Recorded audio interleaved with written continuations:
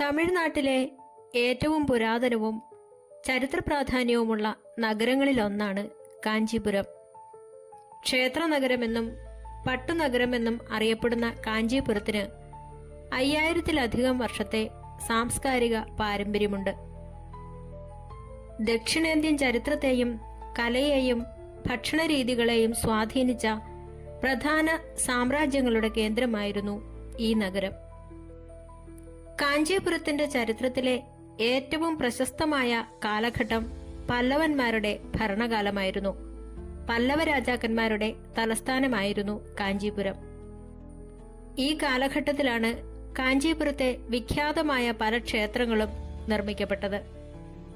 പല്ലവ വാസ്തുവിദ്യയുടെ ഏറ്റവും മികച്ച ഉദാഹരണമായ കൈലാസനാഥർ ക്ഷേത്രം നിർമ്മിച്ചത് രാജസിംഹ പല്ലവനായിരുന്നു.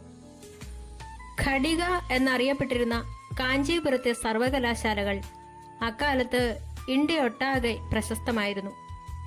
വേദപഠനത്തിനും ദർശനങ്ങൾക്കും ലോകത്തിന്റെ വിവിധ ഭാഗങ്ങളിൽ നിന്നുള്ളവർ ഇവിടെ എത്തിയിരുന്നു.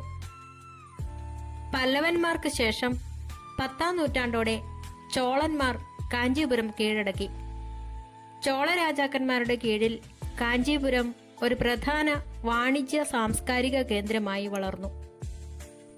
പ്രശസ്തമായ വൈകുണ്ഠ പെരുമാൾ ക്ഷേത്രവും വരദരാജ പെരുമാൾ ക്ഷേത്രവും ചോള പാണ്ഡ്യ കാലഘട്ടങ്ങളിൽ കൂടുതൽ വികസിപ്പിക്കപ്പെട്ടു.